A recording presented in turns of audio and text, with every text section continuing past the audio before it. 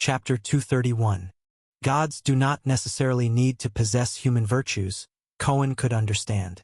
Yet, as much as he understood, it became even harder for him to reclaim the reverence he once had for the gods, especially toward a god who viewed him as an ant in conversation and claimed that they needed no reason to destroy mortals.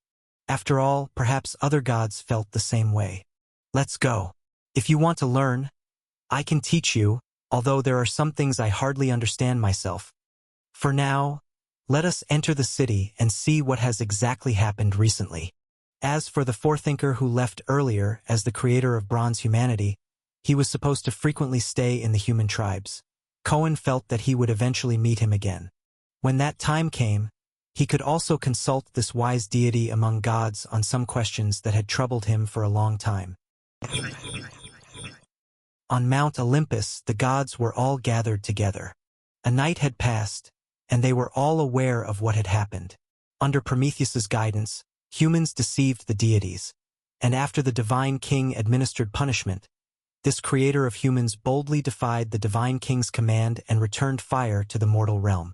Fortunately, the god of sun Helios timely discovered all this.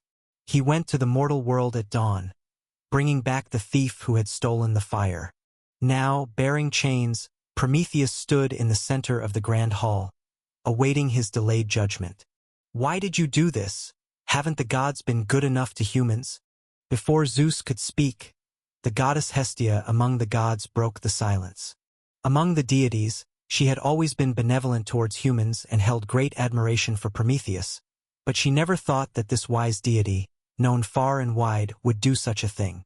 This she could not understand, and it made her very disappointed. I am sorry, lady, my arrogance brought all this upon us, and I am willing to bear the consequences for what I have done.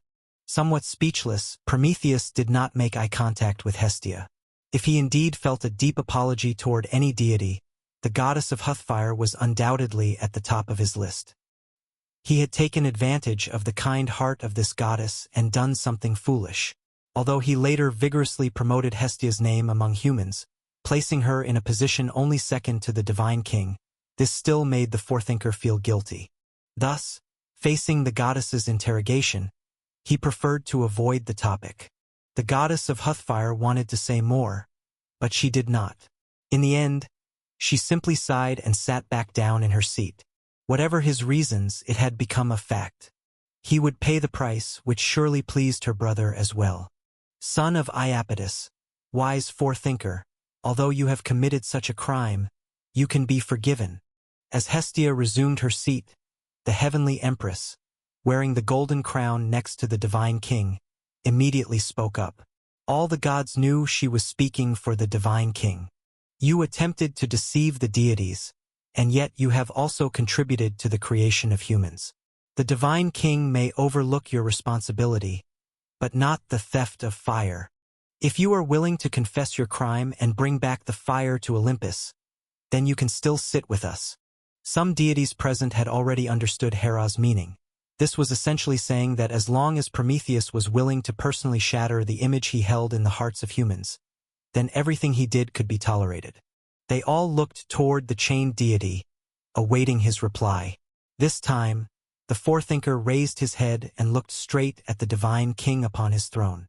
I am willing to bear the consequences for all I have done, your majesty. The same words, but a different meaning, yet the gods all understood his resolve. A hush fell over the assembly. Now the divine king had to respond. Zeus then stood up. He looked at the god of punishment before him, who dared to meet his gaze, and suddenly a surge of anger ignited within him. I regret to say, I thought you would make the wise choice, but if you persist, then for the sake of the divine court's dignity, I will have no choice but to punish you. Even though he no longer wanted to see him, Zeus still gave one final warning.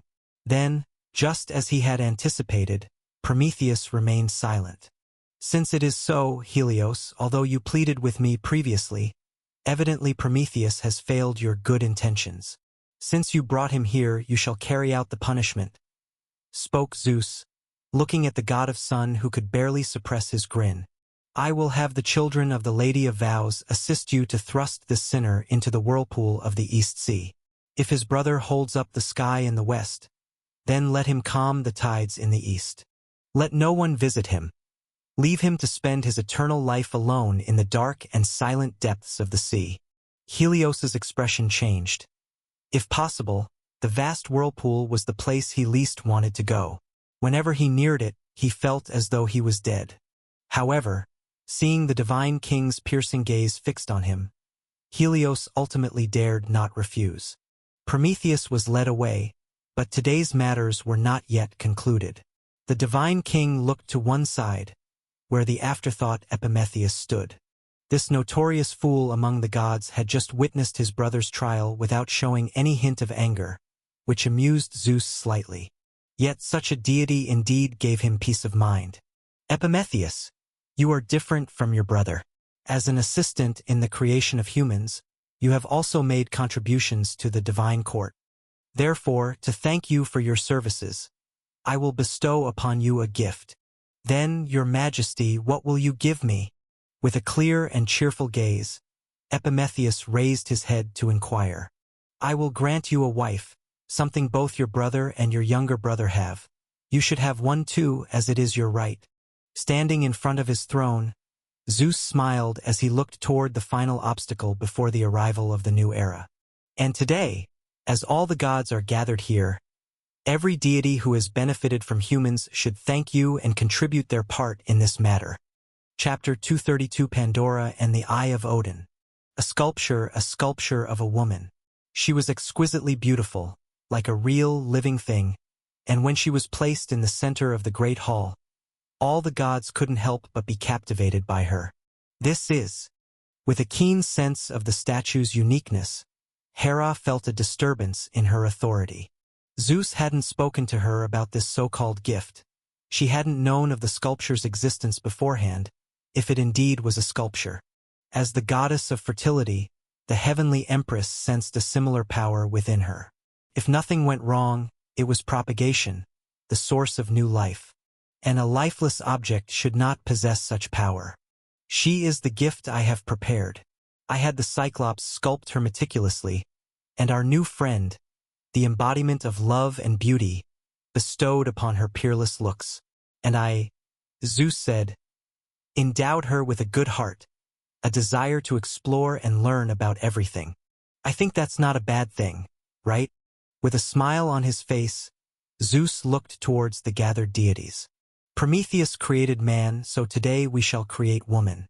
And you, Epimetheus, you shall be the origin of it all. You will awaken her yourself, and then marry her in the presence of me and Hera. Thank you for your gift, your majesty. Giving a creation to a deity as a wife hardly counted as a reward, yet considering that Epimetheus and his brother always liked to be with humans, it didn't seem like an insult either. In any case, the belated fool seemed quite content with it. He bowed slightly to express his thanks to the divine king. If you're pleased, then who shall go first? Nodding, Zeus first turned to his own sister, who was also his wife. Exchanging a glance with Zeus, and despite her dissatisfaction with his earlier secrecy, Hera remained silent. After all, the divine king always acted this way, at least the sculpture wasn't prepared for himself. However, sensing the blessings of Aphrodite on it, Hera couldn't help but feel wary of that goddess. That Zeus had already privately discussed the matter with Aphrodite before today was what truly concerned Hera. She was very confident in her own beauty, but the other was the embodiment of love and beauty. Not to mention her own looks, with Aphrodite's divine girdle alone, the wearer could become the center of attention for all males, and Hera did not wish for Zeus to suddenly have another child. I bless her marriage to be faithful and happy, never to face betrayal, Hera said. With a double entendre, the heavenly empress first blessed the maiden statue. With the first one done, the rest of the deities also bestowed their unique gifts. Demeter gave her vitality and youth, and where she passed, flowers bloomed. Hestia gave her shelter and warmth. Henceforth, there would be few things in the world capable of harming her. The Sea Emperor, who wasn't physically present, granted her different boons with his authority, enabling her to tread on water as if it were flat land, and to calm the waves. Finally, when each deity had given their blessings, The divine king also prepared another gift for her, wisdom. For he found that excessive wisdom might not be a good thing after all. It could breed arrogance and pride. But just as he reached out his hand, Zeus's expression suddenly changed. "What's wrong?" Noticing the change in the person beside her, Hera couldn't help but ask. "It's nothing, I just have a bit of a headache," Zeus said. Forcing a smile as though nothing had happened, Zeus withdrew his hand. The incident passed without further attention from the deities present, except Hera looked a bit skeptical. Just now, she had sensed a very strange aura on Zeus, similar to when her sister was pregnant. After Demeter had given birth to her daughter, she hid her in an unnamed valley, letting her grow up there rather than come to Olympus. Hera knew that she was being cautious, but she had known about it all along. If the goddess of fertility didn't even know about the birth of the closest people to her, it would be quite ridiculous. Knowing that it was just a weak goddess, she had pretended to be unaware. What about Lord Hades? Should we wait for him? The deities had finished blessing, but as if noticing something, one deity spoke up to remind them. As with past occasions, Hades hadn't come to Olympus and was still alone in the underworld. "There's no need for that," Zeus said. Zeus shook his head slightly, having pushed past the earlier discomfort. Although Hades couldn't come in person, he has long been grateful to the benefactor of mankind. He and the gods of the underworld have crafted a treasure. Let it be the wedding gift for you both, Zeus explained. With that, a beautifully ornate jar appeared in Zeus's hand, topped with a bronze lid and inlaid with magnificent gemstones. Yes, a jar, not a box, that was its true form. Its image had simply changed over time through transmission and translation. Lifting it with his right hand, Zeus handed it over to Epimetheus. "This is the gift from Lord Hades. The gods of the underworld all contributed to it. It can absorb all disasters and misfortune that come near you both. But Hades has specifically instructed not to open this lid," Zeus said. "Otherwise, he might have to collect additional compensation." Smiling faintly, Zeus gestured with his hand. "Now you give life to your future wife yourself. She is born for you and will be your other half." Chapter 233. "As you command, your majesty." Clear eyes glanced at the clay jar in his hands, and Epimetheus answered respectfully. Everything for today should come to an end. He approached the statue standing on the ground. Slashing open his palm, Epimetheus let his blood stain the stone figure. Visibly, the girl gradually gained vitality from an inanimate object. Her skin turned rosy and full of color. The sound of a heartbeat began to ring, and finally, when her eyes sparkled to life, she was thoroughly imbued with life. The newly born girl blinked her bright eyes. She looked at the deity standing before her, and spoke her first words. "Who are you? Who am I? And who are they?" "You are Pandora, the woman endowed with all gifts. I am Epimetheus, your creator, and your future husband, and they are the gods, masters of this world." The blessing of the goddess of beauty took full effect. Looking at the girl before him, Epimetheus couldn't help but be moved for a moment. Facing her questions, he patiently explained. "Then why did you create me?" Pandora continued to ask.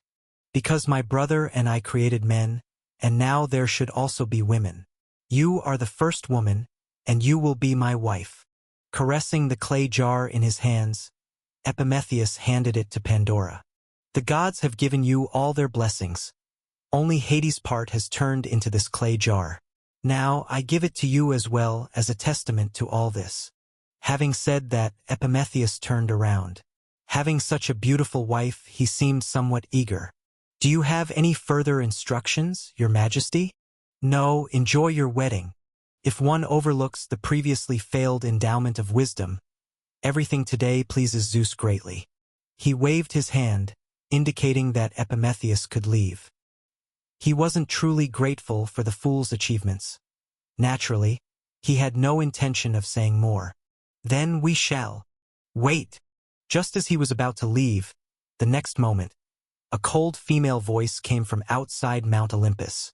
The gods turned their attention, for along with the voice came the unmistakable presence of a powerful force. The gods exchanged looks, and eventually, they turned towards the divine king on the throne.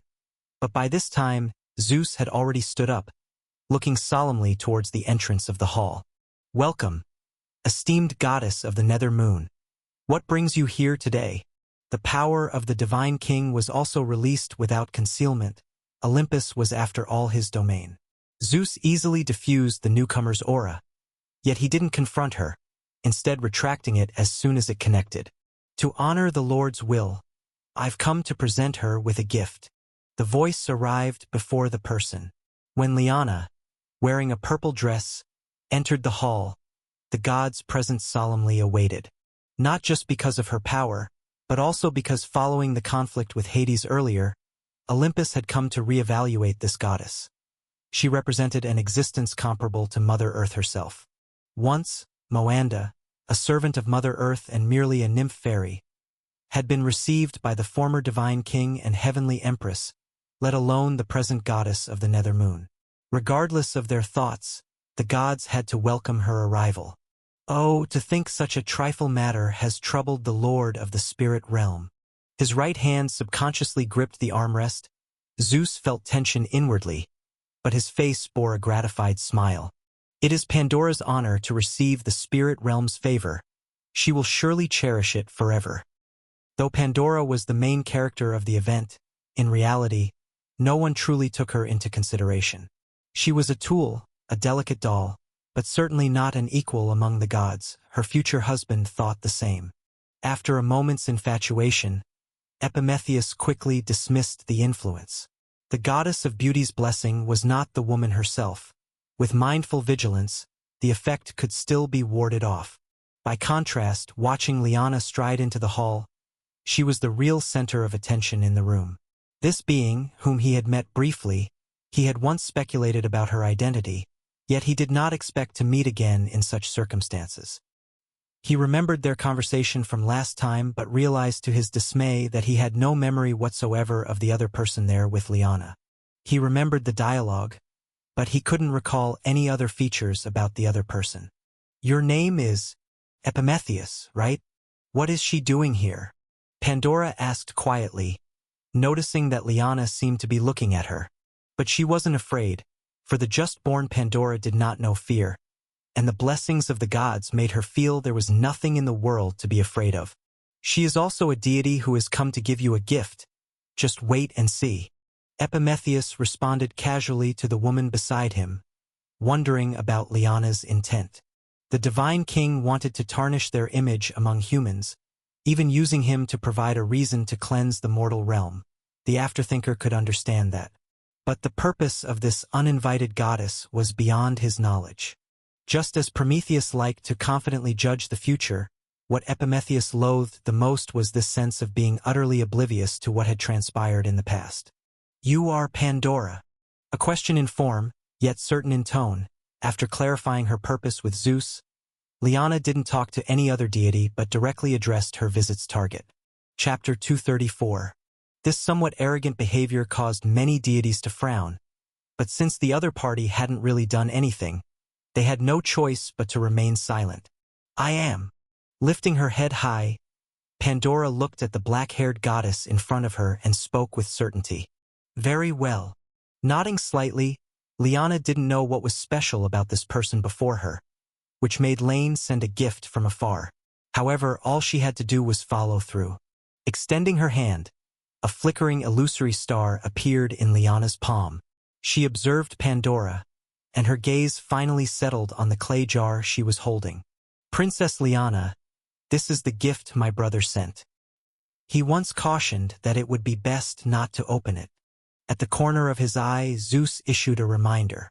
"It doesn't matter." Gently shaking her head, Liana could tell that the clay jar didn't contain anything good, but that was of no concern to her.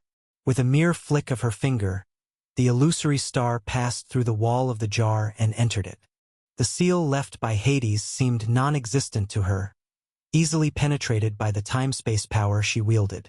"What is this?" With widened eyes, Pandora's curiosity was piqued.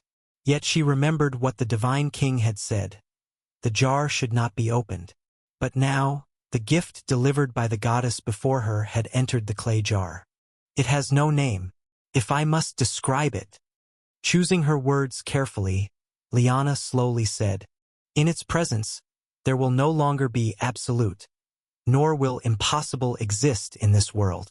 Pandora was somewhat surprised and wished to take the clay jar, but Epimetheus, who stood beside her, was quicker to act. He grasped the jar midair instinctively, but as if suddenly realizing something, Epimetheus seemed to act on behalf of his future wife. Promptly, he handed the gift back to Pandora. Is it effective on everything? Can whoever holds it achieve different outcomes from the predetermined trajectory? It sounded like a casual question as Epimetheus spoke. Certainly not. Shaking her head slightly, Liana noticed the eyes of the surrounding gods flare up instantly. However, this was a gift given by the master, and how could it be privately possessed by anyone else? Only humans can use it, Liana said indifferently. As long as it resides within the jar, the human who possesses it will exclusively enjoy this privilege, but it is limited to humans only. It is a blessing from the master to his creation. No deity can possess it for themselves. But what if a god gets hold of it and then has a human use it? Seemingly just out of curiosity, Zeus posed the question. Those who try to fool fate will be fooled by fate themselves. These are the master's very words. If you don't believe it, you might as well try. Not every god knows how to hide their emotions. Liana could see that some deities seemed to still harbor thoughts on the matter. She had no intention of stopping them because Lane had said that without the support of Spirit Realm's power, anyone else trying to manipulate destiny would only result in their own demise. Take good care of it. Its ultimate destiny depends solely on you yourself. Finally, she turned to Pandora and said a sentence, which was also what Lane had instructed. Truly impolite. She came in haste and left in haste. It wasn't until Liana had left the hall that a deity suddenly spoke. I don't really like the way she looks at us. Demeter also spoke, that sort of gaze she was very familiar with, resembling the one she used when she walked among mortals regarding worldly things. Enough. Let it end here. This is Pandora's gift. He spoke to stop the gods' chatter and secretly warned the deity who had harbored thoughts about that jar. Although he himself had been tempted, for now, the other party still had a task to complete. Return to where you came from, Epimetheus, along with your wife, and set humans back on the right path. I will, your majesty. Bowing in a salute, Epimetheus grabbed the somewhat bewildered Pandora and also started walking towards the exit of the hall. He could feel, as they left, the many burning gazes fixed on the object in Pandora's hands behind them. But until the two of them accomplished the Divine King's plan, all issues would be stopped by Zeus, and after the plan had been accomplished, every gift would be released, whether those given by Hades or those sent by the goddess of the nether moon. Epimetheus assured that all the deities paying attention to all this would come to such a conclusion. Forethinker and Afterthinker seemed to enjoy playing smart within the framework of rules. Scattered rocks, sheer cliffs, and desolate woods. What met the eye was the scenery of Jotunheim within the 9 realms. But this was not due to some unknown disaster.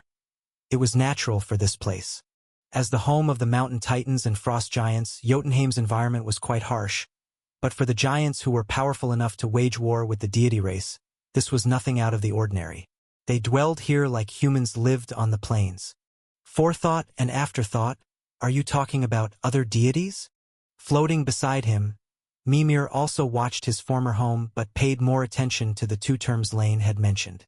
Yes, one is considered by the gods to be exceedingly wise, a forethinker. The other is seen as naive and foolish, an afterthinker. Nodding, Lane didn't mind discussing things about the chaos world with Mimir. After all, the other couldn't escape, and Lane had no intention of letting him leave. Sounds somewhat like me and Heimdall. We were both taken as hostages. However, only my head was cut off and sent back to Asgard. This shows that mere cleverness and wisdom might not be such a good thing. Maybe, but I think that neither they nor you have sufficient wisdom. I've always thought that being smart shouldn't be equated with wisdom, But every so-called god of wisdom I've met seemed to only possess the former, which makes me a bit skeptical. Turning his attention away from chaos, Lane looked at Mimir beside him. Lead the way. That spring of wisdom that once bore your name, is it also beneath the roots of the world tree? Yes, not only that, there's something there that I'm not sure still exists. Although Lane seemed to not acknowledge his wisdom, Mimir wasn't really offended. He just let out a chilling laugh, his weathered face reflecting reminiscence. 9 nights I hung on a wind-battered tree, wounded by a spear. I was offered as a sacrifice to Odin, sacrificing myself to myself, on a tree of which no one knows. Without bread to feed me, without water to quench my thirst. I looked downward, picked up runes, shouting as I picked them up, falling from the tree. He sacrificed his own eye, Lord Lane, and that fallen eye lies at the bottom of the spring of wisdom, untouched to this day. Chapter 235 The Twisted Pupil.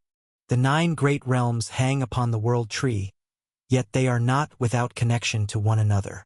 Just as the famed Bifrost connects Asgard with the mortal realm, Midgard, the Ifang River marks the boundary between the Aesir divine realm and the land of the Titans, Jotunheim. Besides that, Jotunheim and Midgard also share a connection, which is a terrifying iron forest that separates the realm of the Titans from the mortal realm, with only a few mountain titans frequently traveling between the two. However, just as Lane failed to see the Rainbow Bridge in Asgard, perhaps it has collapsed due to the destruction of the world. The eternal Ifang River, too, is now just a dried-up riverbed. On one side, it still connects to Jotunheim, while on the other lies the endless void. It was by this once-existing link that Lane directly stepped into this place. Standing at the edge of this broken world, he could even observe the collision between the remnants of the world and the power of chaos, and clearly, the resistance of this realm had become very weak. What is this? While hurrying toward the conspicuously massive roots of the world tree in the gap in Jotunheim, Lane stumbled upon something interesting. Unlike Asgard's man-made artifacts, the Titans of Jotunheim still maintained a primitive way of life. Therefore, Lane couldn't find anything useful from their scattered remains of civilization, except for what he held in his hands. A stone-like crystalline object, somewhat resembling an oversized heart, containing a highly concentrated aura of the earth element, as well as a hint of divine power. It was buried in the ground, in a place akin to a grave, yet the energy it emitted was very prominent, making it easy for Lane to detect its presence. This is the heart of a stone titan, a creation that lies between element and matter. They can be used as sacrifice, a tool for casting a certain spell, or for some other purpose.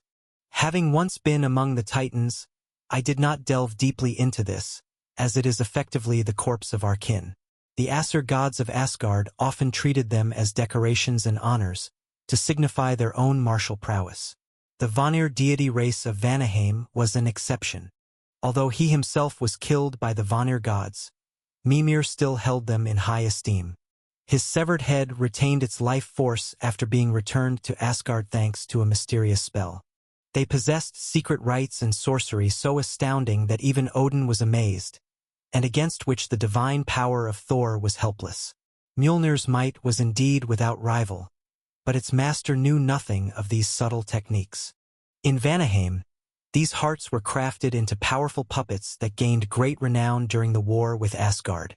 However, how it was done is not something I am fully aware of. Just as Odin never managed to learn the spell for immortality, many secrets of Vanaheim are not shared with outsiders.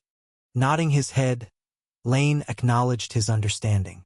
The art of puppet-making sounded intriguing, but it wasn't what he sought. His greatest skill lay in the creation of life, not intricate constructions.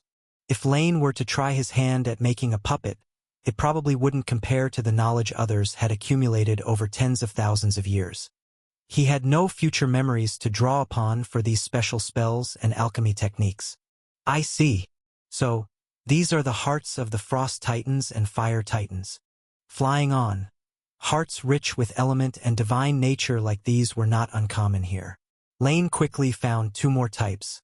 However, the remains of the fire giants were particularly scarce, perhaps because in the myths, They primarily resided in the fiery land of Muspelheim, venerating Surtur as their leader. Yes, it seems you are quite interested in them. Perhaps I can take you later to see the place where the Titans bury their own. What you've found here are mostly heart cores scattered outside for various reasons. They are not only few but also lack the remnants of powerful Titans after death. Without the slightest shame of bringing an outsider to the graveyard of his kin, Mimir suggested on the side. That would be wonderful. After dealing with the issue of the World Tree Root, let's go take a look at the place you mentioned. Gathering the heart cores, Lane had an additional goal on his journey. Without purposely taking detours, he collected all such special crystals he could sense. Regrettably, in the domain of elements, while frost giants can symbolize water, and mountain giants and fire giants can represent earth and fire respectively, the Scandinavian mythos lacks giants that symbolize the sky, which is not a significant but nonetheless a regrettable omission. Skimming swiftly through the sky, after an indiscernible amount of time, under Mimir's guidance, Lane located the object of his quest directly below the main root of Yggdrasil. Just as with Urd's well in Asgard, under the flourishing roots of the World Tree, the renowned Spring of Wisdom had not been spared, even having died a bit more thoroughly.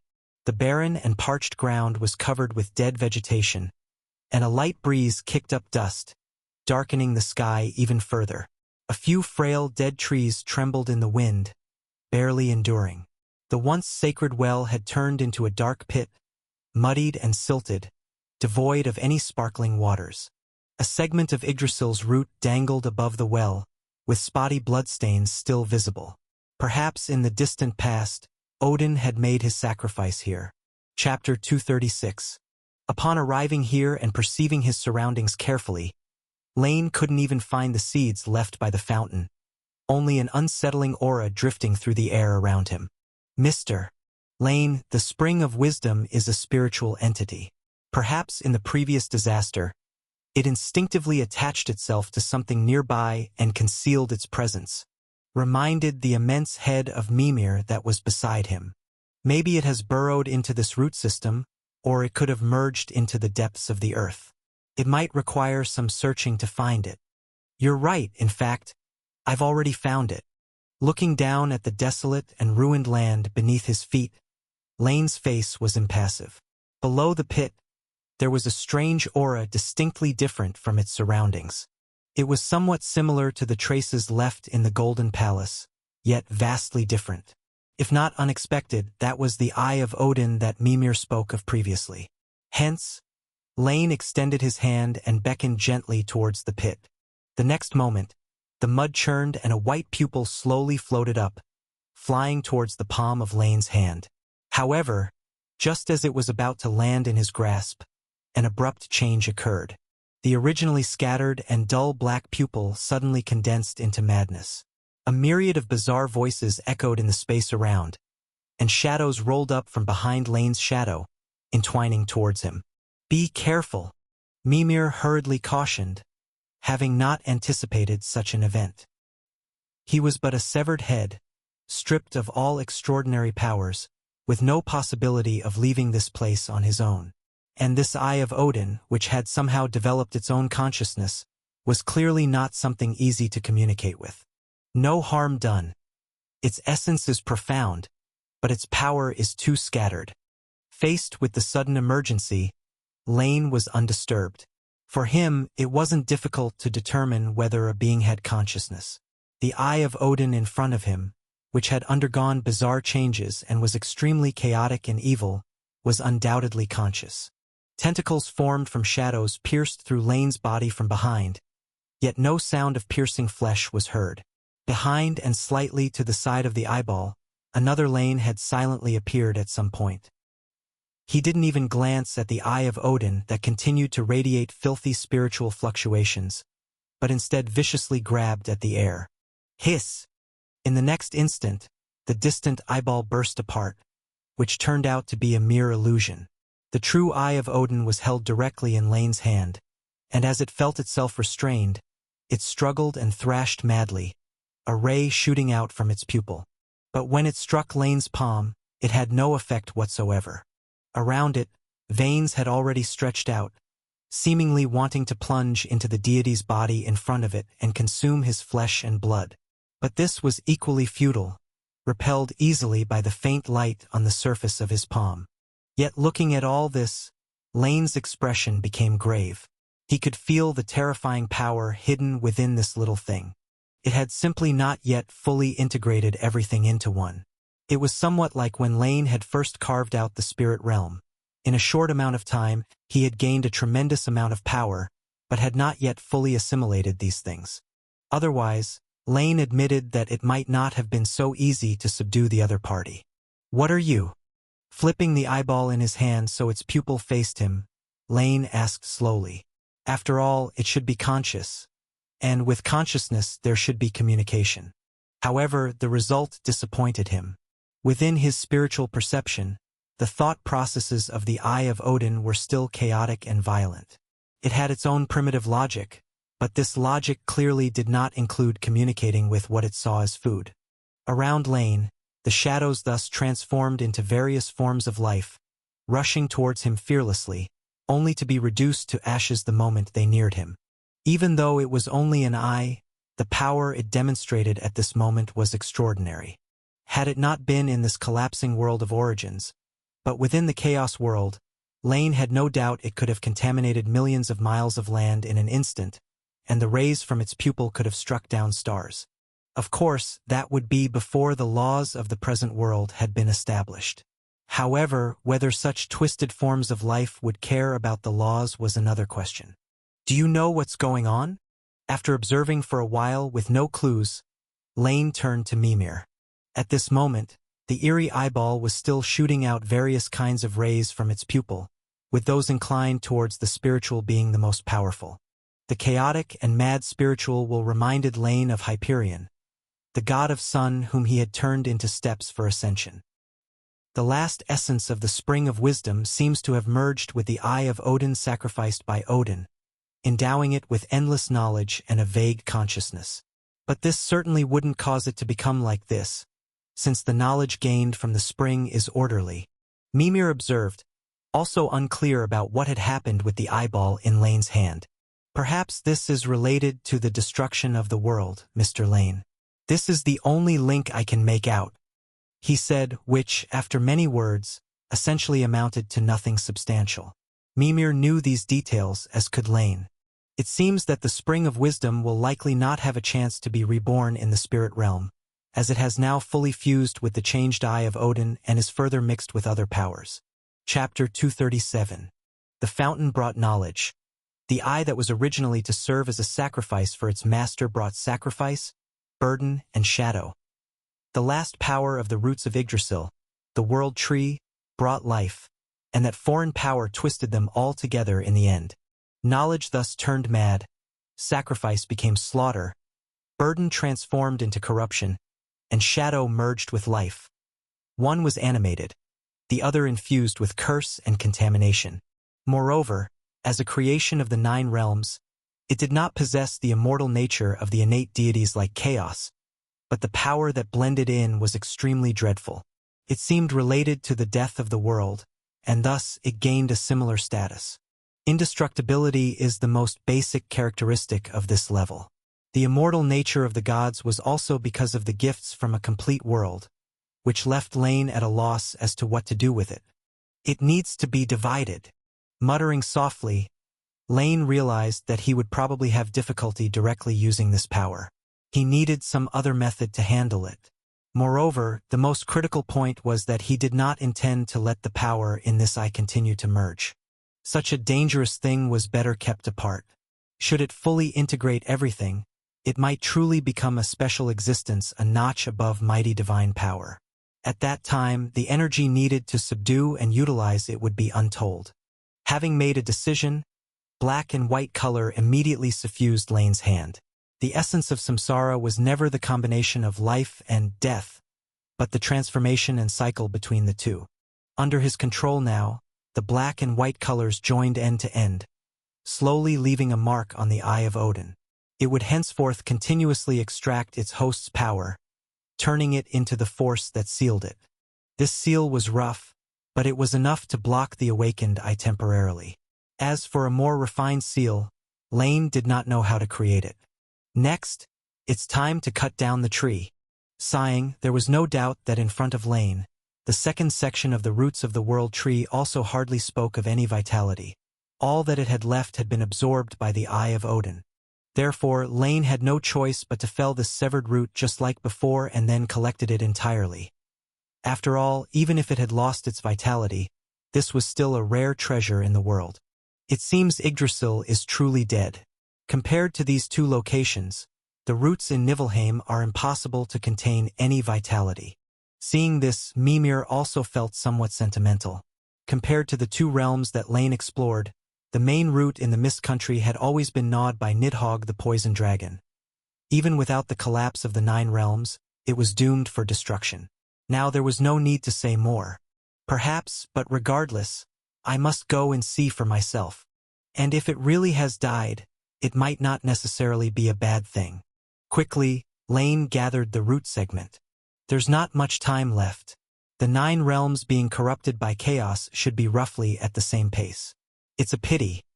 I was hoping to witness the pinnacle of magic skill in Vanaheim, but it seems there won't be a chance for that now. Lane's tone did not carry much regret. After all, the 9 realms and the smaller fragments were being eroded and assimilated by chaos, not directly destroyed. If he could not see them now, there would eventually be a chance to see them later. Where did you say the burial ground was? Are there any other valuable places in Jotunheim? Of course, please follow me. In fact, apart from the burial site of the mighty Titans, the dwelling place of Bergelmir, the progenitor of the Frost Giants, should also have some things worth noticing. Going with the flow, Mimir immediately led the way for Lane. For tens of thousands of years, he had remained alone in the desolate Golden Palace, ignorant of the changes in the outside world. But now it seemed the 9 great realms might already be devoid of living creatures. Now, the only thing he wanted to do was leave this land of the dead and head for the world where this outsider resided. Tyr. In the dark void where no medium carried sound, this tearing noise was still distinctly audible. On the dark blue fragment, a scratch appeared and Lane stepped out. Is this the world where Your Excellency Lane resides? At the very beginning of creation? Having just explored 2 regions, Mimir floated beside Lane, looking at the quiet expanse of void, feeling somewhat surprised. Previously, Lane had directly entered Jotunheim from Asgard since there had been connected regions between them before the separation. However, to enter the Land of Mist, it was necessary to transfer through the void. Therefore, it was only now that Mimir realized where the fragment of their realm had actually arrived. He had thought that beyond the fragment lay a vibrant, whole world, but instead, it was such a scene. No, this is beyond the world. The true chaos is not inferior to the 9 great realms. In fact, it's much larger. Lane casually responded, glancing around. The specks of fragments had vanished, leaving only the core of the 9 great realms persisting. However, the chains formed from the rules of chaos were becoming denser. The remnants would probably not hold out much longer. He focused his attention on Svartalfheim, the place Erebus had entered before and the homeland of the dark elves and dwarves, who excelled in smithing and possessed a unique system of magical spells. But Lane found that, even across a barrier, he could sense an empty space there.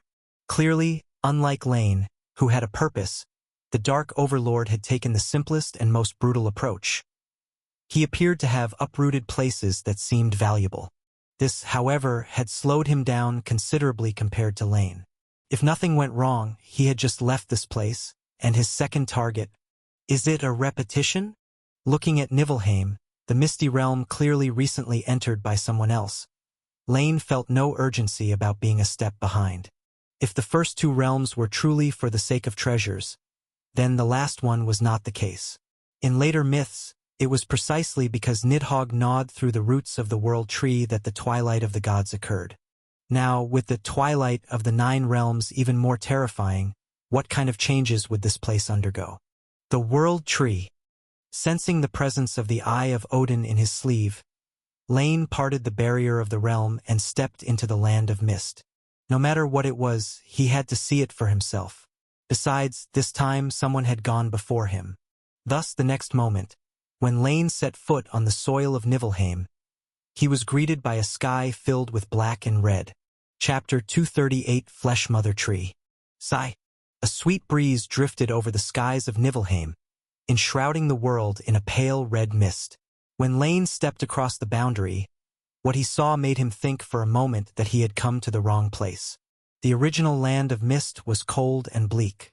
As one of the realms that existed before the World Tree was born, it was the polar opposite of Muspelheim, the realm of ice and fire, enshrouded in thick fog all year round. Snow and ice coated the land of Niflheim. There was no light, no warmth, only the Hvergelmer Spring, the world's first fountain, winding its way through. This place was supposed to be a forbidden zone for life, inhabited only by the race known as the Nibelungen. But now, the original inhabitants were nowhere to be seen, and in front of Lane, everything appeared so vibrant with life. Brightly colored plants bloomed across the earth, swaying gracefully in the wind. Animals and birds flitted through the woods, occasionally drinking from the rivers along the paths. If not for the intertwined black and red hues on the horizon, Lane might have thought he had come to the chaos world of the Second Epoch, where all spirits lived upon the earth unaffected by various natural disasters and monsters. It looks really harmonious. Too bad it's all just an illusion. Though the sight before him was so lifelike, Lane was not deceived. From the perspective of spirituality, this seemingly normal scene did not have a single normal aspect. Every being before him, including the animals and plants, was indeed alive, but only in their bodies. Their consciousness, however, was eerily similar and unified. Or more accurately put, they did not have their independent thoughts and had instead become part of a broader collective consciousness. Their principal consciousness. Lane raised his head. In the center of Niflheim, a massive tree that connected heavens and earth unfurled its crimson leaves, swaying in the gentle breeze. Boom! Lane, what are you still looking at? The sky resounded with a voice, that of Erebus, which was clearly aware of the tear in the barrier and had noticed Lane's presence. And the source of the sound was the giant tree above, where another slender branch had pierced the space, burrowing directly into the distant obsidian sky. To call it a tree didn't do it justice. It was more like a living being in the shape of a tree. At the center of the land, surrounded by innumerable lives, Lane saw the origin of everything. It was not merely a root segment, but a complete, true colossal tree. Its roots penetrated the earth, and its trunk supported the heavens. 6 enormous branches danced in the wind, appearing both magnificent and perfect. Each of its branches, every leaf vein, seemed to follow the golden ratio in a natural beauty that attracted all life unconsciously. Yet on its trunk, a glaring wound disrupted the integrity of its structure. This was why it was considered a living being. Material like flesh at the site of the wound constantly surged out, attempting to fill the gap, but to limited effect. Furthermore, liquid resembling blood continued to flow from the wound, falling into the roots, pooling in a poisonous spring, then dispersing through 12 rivers across the entire land of mist. At that moment, Lane felt the eye of Odin in his sleeve yearning and dreading. It had drawn from the World Tree's essence and also from that otherworldly high-ranking power. Although they might have had a common origin, they were now two separate entities. I knew it. The death of a world isn't going to spawn anything good. Lane's expression grew stern as, accompanied by Erebus's call, the large and vibrant tree seemed to also notice another outsider. Although it had no eyes at that moment, it still looked in Lane's direction. As the tree watched, birds, beasts, fish, and indeed every living thing around Lane, including the river water, the mist in the air, the whole world, turned to look at him. Such a sight could drive mortals insane and even render ordinary deities speechless with fear, but Lane remained unmoved. In the spirit realm, he could do something similar. This scene is so out of sync with classic mythology. Compared to this, my spirit realm looks like a pure land. With a cold laugh, Lane's robe flared, and a faint black light in a circular motion instantly swept across 100 miles, reducing everything it touched to dust. However, at the same time, The owner of the gaze, from the unknown, sent a special force that acted directly on Lane's body, ignoring space itself. His divinely infused flesh pulsed once, but then instantly settled back to calm. This was the power of life on the material plane, though manifested in an abnormal way. Clearly, no matter what changes had occurred, the tree's predecessor was indeed the body of the world tree Yggdrasil. Thus, it wielded an incredibly fearsome authority in the realm of life. However, it was facing another deity who equally mastered both life and death. Where their authorities intersected but their powers were not vastly different, its invisible influence on Lane naturally had no effect. Correspondingly, life and death would also struggle to harm the giant tree in return. Seemingly realizing that its attack had been nullified, another intangible thought swept through the world. Lane felt as if he were hearing someone speak, at first one or two voices, then thousands and finally billions. This was not an illusion. It was indeed the calling of all the deceased lives in Niflheim. Chapter 239. That was an alternative form of death. Lane suddenly realized that this being, nestled among the remnants of the 9 realms, astonishingly resonated with him in terms of authority. Only their paths were utterly different. The birth and death of this tree signified the fall of the spirit and the eternal life of flesh and blood. With one step, Lane vanished from his original spot, but the vacuum's power couldn't affect the spread of that thought. It collided directly with Lane's spiritual body, and those deceased beings told their stories in the call. They spoke of their insignificant past, their great present, and revealed the principles at the core of life before inviting Lane to become a part of them. Then, as a matter of course, this spiritual assault was easily smoothed over, purified, and deciphered by the Sovereign of Spirits, who then learned the message it contained. What a hassle! His expression unchanged. Lane parried a couple of feeble moves with the massive tree and finally turned his gaze towards the direction of the Dark Overlord. You don't seem to be faring too well, Erebus. The tree's attacks on him had been mere tests, while the other outsider, who had entered before him, was its real target. Just as Lane had seen upon entering the realm of mist, boundless darkness had claimed a third of Niflheim, devouring everything that approached like a colossal black hole. Yet, Lane noticed that this vast domain of darkness was steadily retreating. For robust branches pierced through half the plain, thrusting directly into the black shroud from the center of the world, constantly stirring within. A red mist imbued with the breath of life poured ceaselessly into the domain of darkness, allowing itself to be consumed. However, Lane noticed that, as time passed, a trace of vitality began to emerge within the darkness. If the stalemate continued, the victor would be self-evident. Either join me in dealing with it or I'll simply leave this place.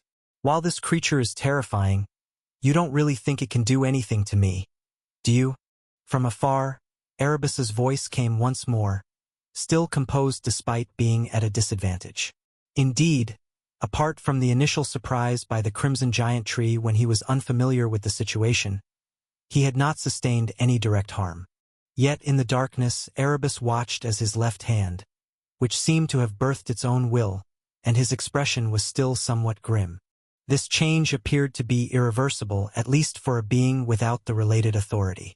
Of course, he could simply sever this hand and replace it with a new one, but that would have to wait until his return to the Chaos World, and besides, such actions themselves were repulsive to him. For the first time, Erebus felt a direct disgust towards a being unrelated to interests. He merely wanted to destroy it purely.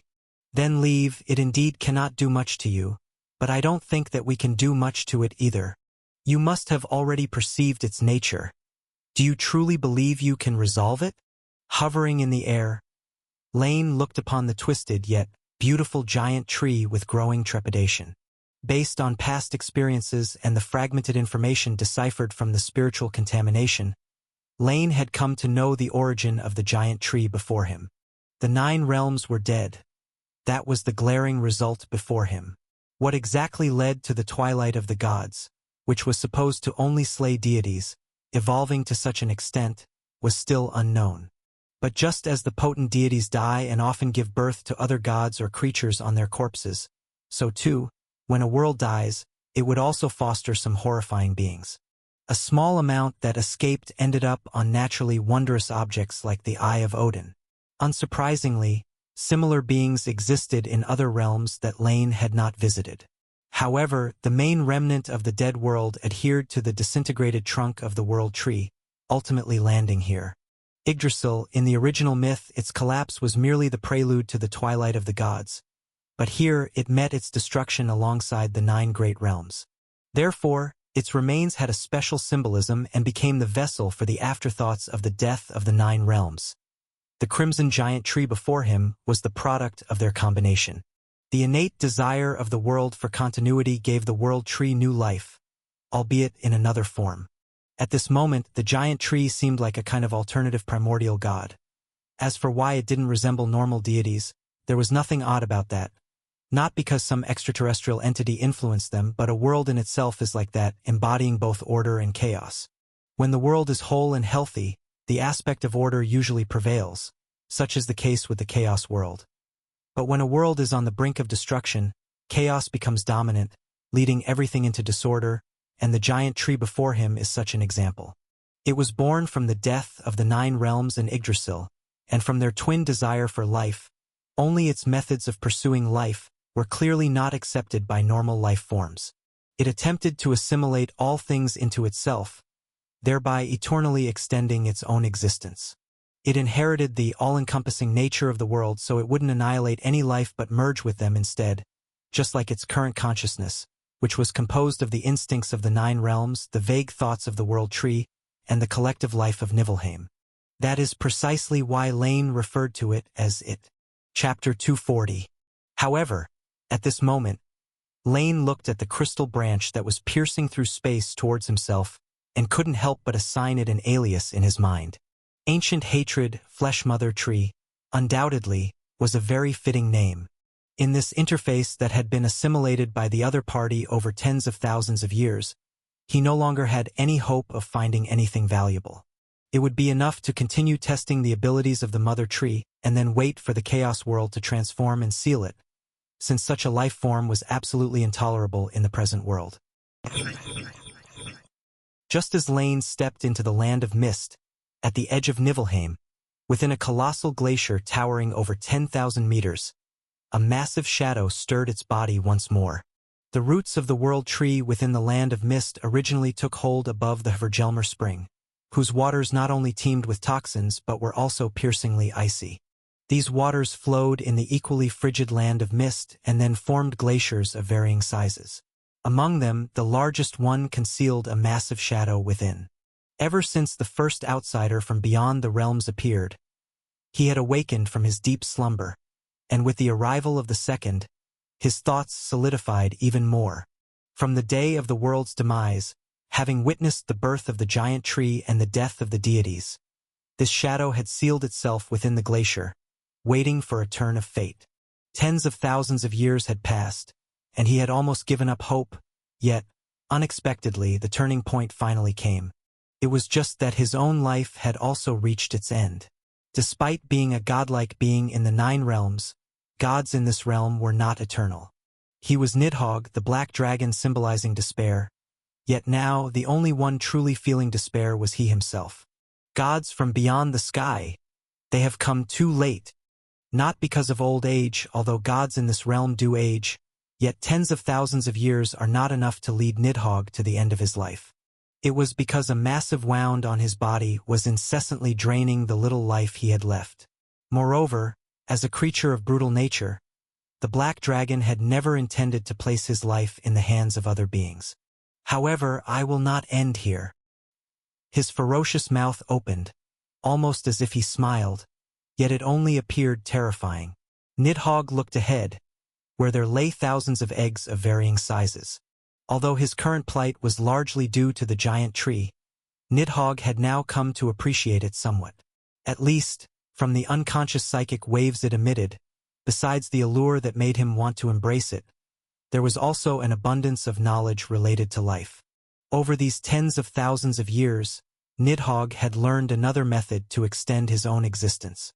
For the Flesh Mother Tree, any existence it assimilated was part of its own life, Without the proper authority, Nidhogg wouldn't be able to do this, but he could simplify the process and complete it in his own way. Thus, he used his own blood and bones to create the dragon eggs before him. These newborn dragon eggs had no attributes or inclinations and would transform with the new environments they encountered. This ensured that no matter what the unknown new world was like, these created beings would become the apex of the food chain. As their creator, when this new lineage thrived in another world, they could become anchors for Nidhogg, awakening his lost consciousness. As for how long this would take, that was an unknown. You will be born strong and live long, but the cost is the difficulty of procreation. Yet, this is a necessary sacrifice. After all, survival is the top priority.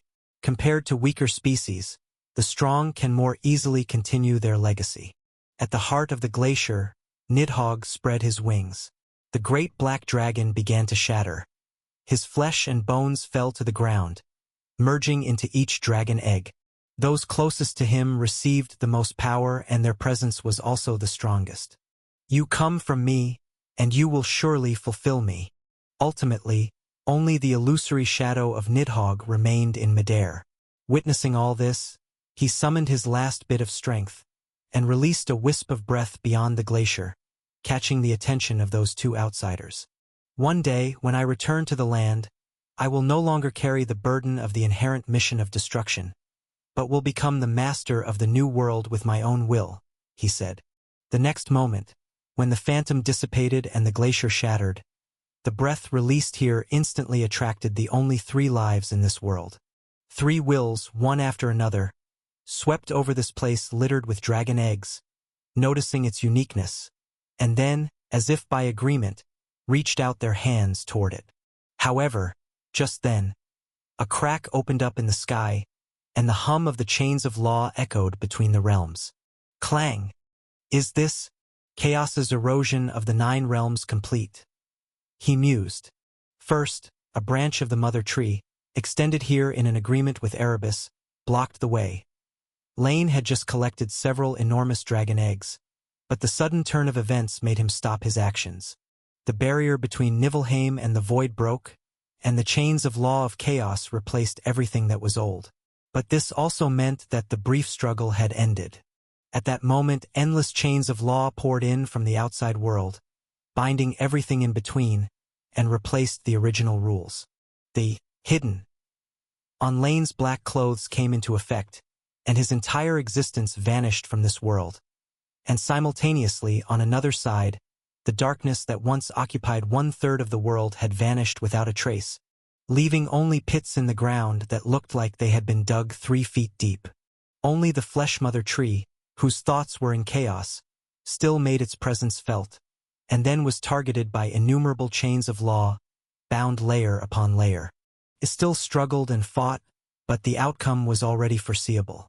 After a brief gaze, Lane vanished on the spot and immediately appeared in the void outside the realm. He could see that the fragments of the 9 realms had already ceased their resistance and were being dragged by the chains of order toward a distant world. The dark mist converged beside him, turning into a familiar figure, but for some reason, Erebus's left hand was still enveloped in a mist. "Did you find something ahead?" he asked. The barriers of the 9 realms had been opened, and now the interior was completely exposed. The Lord of Darkness easily noticed that the realms Lane had previously visited appeared to be very intact. Given the large disembodied head floating nearby, it wasn't difficult to guess that Lane had probably been fortunate enough to encounter communicative natives, and then learned much more concrete information from them. "Yes, a head of no particular use, but at least it knew something," he replied casually. Watching the realm moving in the void, Lane responded to the Lord of Darkness offhandedly. A brief adventure seemed to yield much, but the unknowns were greater still, though the remaining issues would have to be resolved within the Chaos world. With so many bizarre new elements added, who knows what the future heroic epics from the myths will look like? Fighting the resurfacing ancient evils under the guidance of the gods, thwarting the plots of the outer deities to destroy cities, or eradicating the secret cults hidden beneath the kingdoms, these were the unknowables. But those were the concerns of mortals. What really troubled Lane was that massive Flesh Mother tree. There's nothing much to see here anymore. I just hope that the world, which has never done much good, could be of some use this time, he said. That being said, looking at the still struggling and resisting Fleshmother tree, Lane didn't hold much hope for this. Chapter 241. Those eggs of life, you took more than one, didn't you? The authority of darkness may be unparalleled in hiding and concealing its form, but it's not as good at stealing things as space is, which is why Erebus was a step too slow in the Foggy Kingdom. This was originally inconsequential, simply a matter of Lane taking more and he taking fewer, but because Chaos's invasion of the Nine Realms was suddenly complete, both hastened to end their theft. In such circumstances, Lane naturally couldn't take many, but Erebus only managed to collect one from the very edge. You're also interested in this kind of thing? I thought such weak life forms wouldn't catch your eye. Moving his gaze away from the crystalline branches of the Fleshmother tree, Lane's thoughts scanned through his spoils. 2 seemed quite vigorous, a dozen or so average. Of course, even the most average was a genuine transcendent being the earliest of the dragon kind. Perhaps their descendants' bloodlines would gradually fall dormant and stabilize after several generations. But this batch, which might be called ancestor dragons, truly possessed a powerful essence. Just reaching adulthood would easily allow them to become legendary beings, and as the years passed, they could continuously unearth the potential within their bloodlines, grow stronger, and after the long years, possess nearly divine strength. As for the 2 that were clearly more powerful, they could probably touch upon the domain of gods. How strong they eventually become, though, would depend on where they grew up. Their development would be influenced by their environment, leading to changes in their attributes and gifts, and those that landed in Lane's hands were undoubtedly the luckier ones. The dragon eggs left in Niflheim would probably be scattered randomly across the world. After all, that kingdom had already been assimilated by the Fleshmother tree, and the dragon egg's location was one of the few places unaffected. Life from other worlds has some value for research, and besides, it is alive. If it could breed a race, that would be nice. Haven't you always been interested in these mundane creatures? Frowning, Erebus felt a bit of a headache as he looked at the single, isolated dragon egg he had obtained. He planned to trade for another from Lane's hands, but upon careful consideration, he seemed to have nothing to trade. Either the value was too great, and he felt it was not worth exchanging for an egg, or he knew without asking that Lane wouldn't be interested. Then you can study it on your own. I won't disturb you. I'm sure you will find something worthwhile. With a faint smile, Lane reached out to grab Mimir, who suddenly became mute upon bumping into Erebus, and turned to head back the way he had come. Just as the other had thought, there was nothing Lane wanted. Indeed, things like darkness source power clearly didn't fall into tradable items. There's still time, he thought. He wanted to see where the Nine Realms would integrate into Chaos World. After the initial movement, they would be enveloped by the world's power and begin a long digestion process, unnoticed. Behind him, watching Lane's departing figure, the Lord of Darkness said nothing, vanishing without a trace. He had intended to trade for another egg from Lane, but it wasn't essential.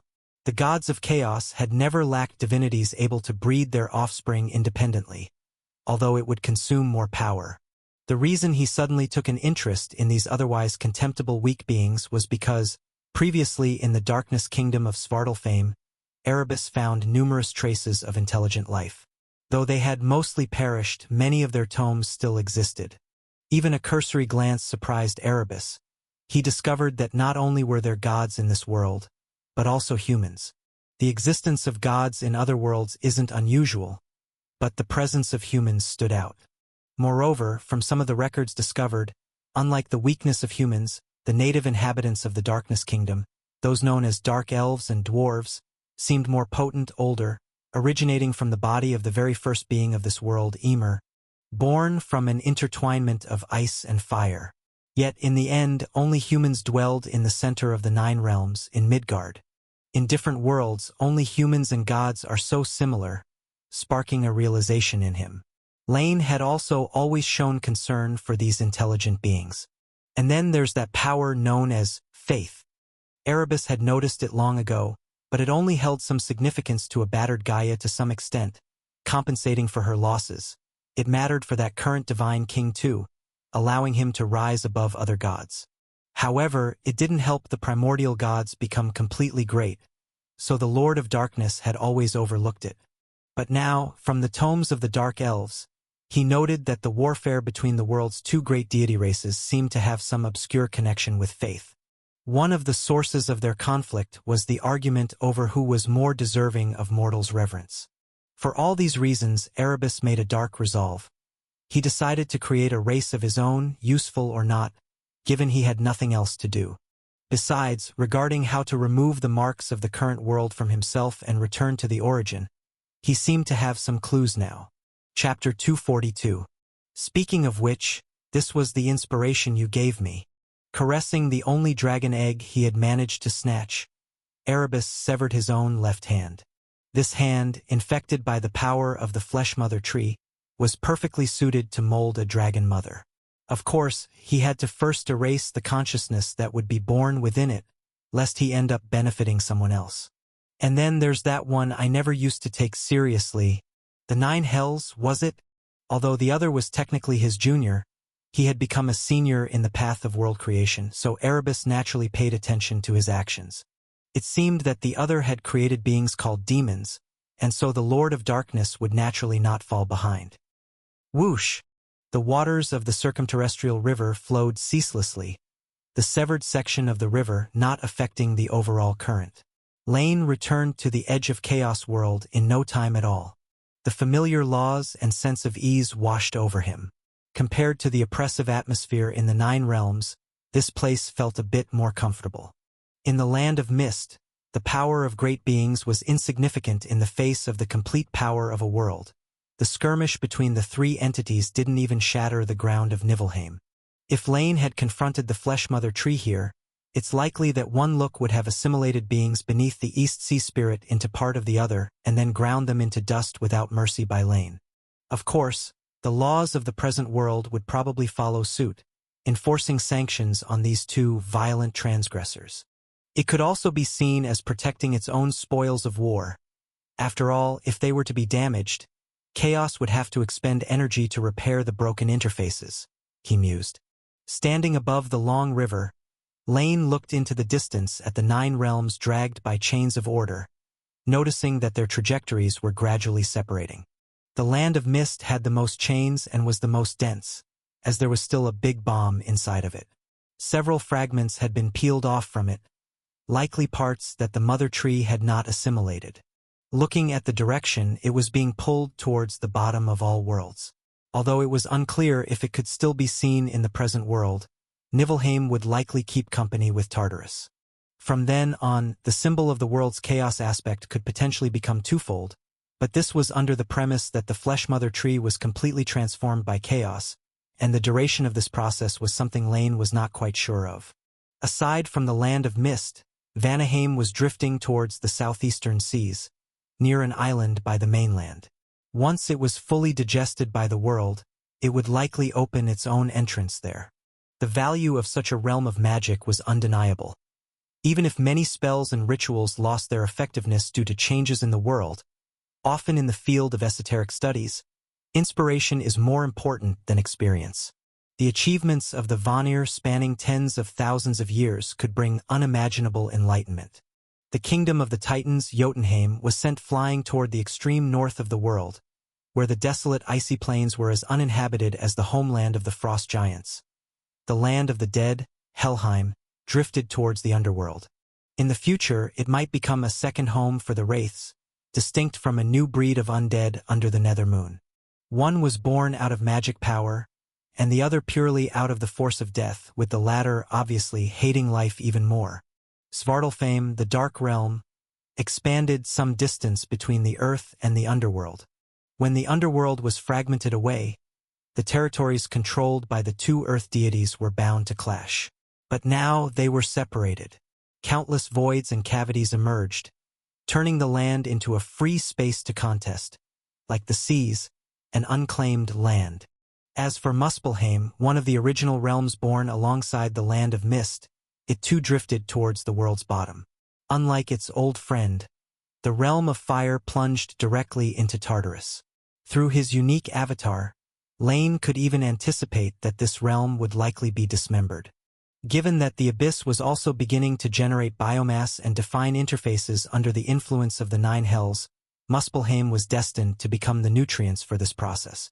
The newly born abyss would be affected by this too, spawning some unique beings, as well as layers filled with flames and lava. Naturally, the Nine Hells could also take a share of this bounty. Perhaps from now on, fire would become another tool for demons, just like darkness. Finally, Midgard, the mortal realm of the Nine Realms, and Alfheim, home of the Light Elves, continued to orbit around Chaos World, seemingly unsure of where they belonged. However, being without a destination didn't mean they weren't transformed. They were, like other interfaces, the same in terms of matter and energy, but the underlying rules that made them were slowly changing. In this process, the original rules of the Nine Realms were also partly integrated into Chaos World. In the coming days, many source powers would experience rises to various extents. For some, this might not be such good news, he reflected. Casting a glance at the starry sky, Lane thought of a goddess who had been in hiding for 100 years. For Lane, an increase in origin was just that, an increase. Chaos was not going to share his power anyway. But for others, it could be different. For example, the realm of Alfheim, filled with light, would greatly enhance the domain of light. Unless something unexpected happened, Thea, the mother of light, could well reach greatness in this era.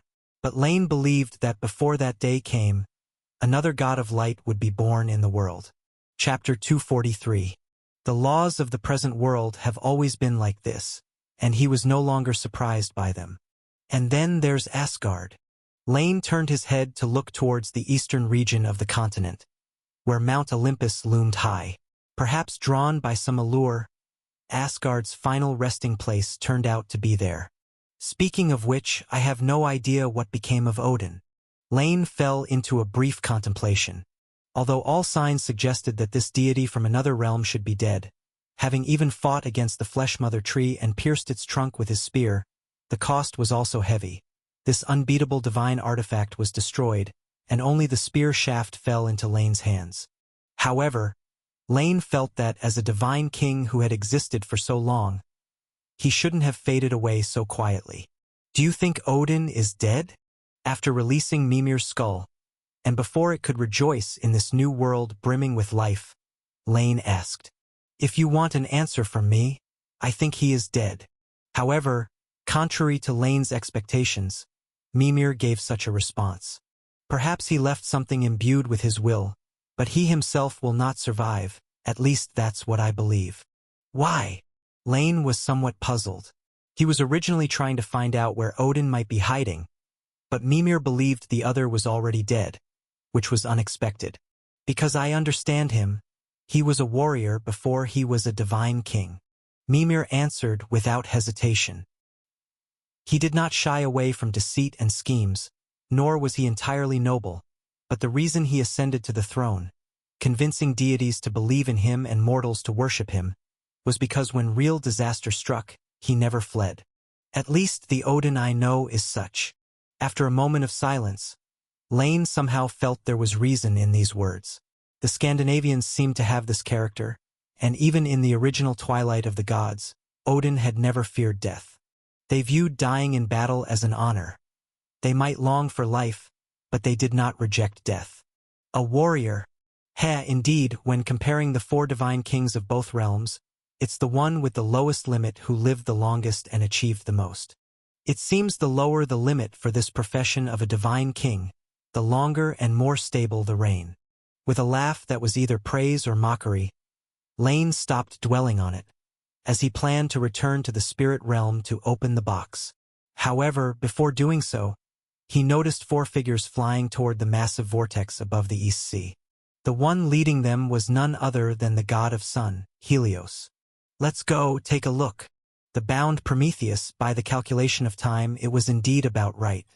Regardless of what Mimir thought, using the omnipresent spirit realm, Lane directly traveled toward the eye of the sea. He wanted to witness this iconic event. Huff! Damn it! with legs somewhat shaky, standing atop the giant vortex and looking down at the spiraling abyss that swallowed everything. Helios felt no pleasure in accomplishing his goal. On the contrary, his complexion was somewhat pale, and waves of phantom pain were transmitting through him, reaching deep into his soul. In a certain sense, perhaps this was not at all illusory, because the one responsible for all of this had used time and space as mediums to exhibit power, and he himself had governed history. This resulted in certain temporal connections being triggered when one of the participants arrived on the scene, blurring the distance between past injuries and the present. Let's go down quickly. I don't want to stay here at all. The enormous whirlpool with a diameter spanning thousands of miles, in the eyes of mortals, was almost as large as a small continent. No one knew exactly how deep such a vortex was. Even deities felt a bit of fear of the colossal at this moment. Although Helios had no desire to enter, he certainly didn't want to give Zeus the chance to punish him in plain sight. He gestured to Kratos and Bia, who were escorting Prometheus. The two offspring, nurtured solely by the river of vows, Styx, immediately understood and began descending towards the center of the vortex that devoured all. It might have been an instant or a day. Light simply didn't exist here. Even as Helios exerted himself to release the power of the sun god, it only illuminated a small area around them. After seemingly dropping a boulder for the duration of 9 days and 8 nights, they finally reached what appeared to be the bottom. They suspected this because they didn't want to take even one more step forward. Let's do it here, don't you think? Turning to Prometheus, the god of sun asked softly. The surrounding darkness and silence made him subconsciously lower his voice, as if speaking louder might attract some terrible devastation. Then I don't think you want to go further down anyway. Besides, I suppose the Divine King wouldn't care whether I'm at the very bottom of the sea or not. Surveying what would be his home for the foreseeable future, Prometheus spread his arms. Come on. To be honest, Prometheus was somewhat afraid before making his decision, but now he had come to terms with it. Some physical sufferings, even those less than the betrayal of his student, no longer saddened him. This is the Divine King's command. We merely execute it. Kratos and Bia exchanged glances, and as they apologized to Prometheus, they took out the heavy chains forged by the Cyclops. Chapter 244. They bound the forethinker's hands and suspended him here, where there was clearly no fulcrum to hang from, yet the chains somehow held Prometheus aloft in midair. Then Bia took out a long nail and drove it forcefully into his chest. Blood flowed down his body, eventually falling into the vortex below. When they had finished this step, the two stepped back and stood beside the god of sun. At that moment, an immense pressure poured onto Prometheus's slender body, causing his bones to creak and groan. At sea, the restrictions of the present world were slightly more lenient than those on land, so the god of sun had been using divine power to resist the pressure at this oceanic maelstrom. But the long nail driven into the chest of Prometheus locked away the Titan's divine power, forcing him to face the pressure with his own flesh. The so-called calming of the tides was naturally not to hope that Prometheus, who lacked even intermediate divine power, could dispel the vortex, but rather, because he was locked here, the pull of the great whirlpool on the outside world was somewhat reduced. And perhaps some lives that had fallen into the vortex could find a way out, should they live to see the forethinker. Indeed, the chains and iron nails forged by the Cyclops bound Prometheus's divine power yet gave him a chance to release others, though not himself. He could send others away from this bottomless maelstrom, but he was to remain here forever. Men suffer not from lack, though chaos had no such saying, the principle was the same. Zeus intended to torment Prometheus's soul in this manner. Either endure the clearly unequal treatment between himself and others or watch coldly as other lives died. If he truly chose the latter, the Divine King believed it would not be long before humans no longer occupied Prometheus's heart. Lines, after all, tend to slip step by step, and by then, he naturally expected to see the obstinate Titan god bow his head to him. Although I know your answer, Prometheus, said Helios, suppressing the discomfort in his heart. But as the Divine King requests, I still must say to you, you have experienced this pain, not for a day, not for a year, but forever. Yet, if you are willing to take back the fire from humans, you can leave now. Zeus, although he had punished the fire thief, had slowly come to understand the nature of faith and knew his actions could reduce Prometheus's presence among humans but could not completely destroy his status among them. So, as long as Prometheus was willing to submit to him, Zeus wouldn't mind letting him go. Ha! No need. After catching his breath, Prometheus once again refused Zeus's kindness. He looked towards Helios in front of him and managed a difficult smile. It's you, Helios. Do you remember what I once said? Sheer power does not bring loyalty, and the Divine King has acknowledged this. So what do you think? How long will Zeus tolerate you? The god of sun's pale face darkened, as Kratos and Bia by his side did their best to reduce their presence. After a while, Helios raised his head and said slowly to Prometheus, So, do you have any advice for me, wise forethinker? Though I won't heed your seduction, I'm still curious to see what you have to say. Advice not as of now. Prometheus spoke from midair where he hung, smiling as if he were anything but a prisoner. You needn't worry now, but if one day another deity qualified to drive the sun chariot comes into being, then you should be careful. However, if you're willing to come occasionally and talk to me about humans, about the changes in the world, when that day does come, I might be able to offer you some advice. Humph. Do you think I would defy the Divine King's orders? Casting a glance at Kratos and Bia, Helios snorted coldly. Who can predict the future? Remain here forever, suffer the agony of eternal life, which is surely a torture worse than eternal rest. He retorted, and without another word, Helios flew upward, eager to leave the place. Kratos and Bia followed him closely, maintaining their silence. Soon, the maelstrom quieted down. With Helios's departure, darkness returned to the surroundings.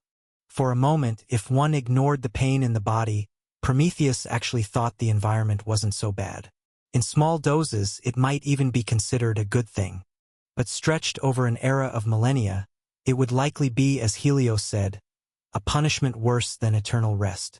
So tell me, do you regret it now, Prometheus? It's hard to tell how much time had passed when suddenly, within the silent dark maelstrom, a voice echoed. I wouldn't say I regret it. After a brief silence, Prometheus spoke lightly. Who are you, a deity of the god of the ocean's lineage, or is it that elder coming to visit this nephew of his? The secrets of faith, still sealed by the Divine King, perhaps attracted the attention of some titans, leading them to find their way to him. Prometheus welcomed this. Regardless of whether the other was willing to reveal their identity, he would tell the truth. After all, if the deity beyond Olympus could also recognize the significance of humans, it was only then that humans could benefit in the gaps between powers. Chapter 245. He had previously arranged for the god of sun to come here regularly for this very purpose. For Helios, who frequently traversed the seas, could undoubtedly draw the attention of the master of this sea region. Yet he hadn't expected someone to come looking for him so soon. No regrets.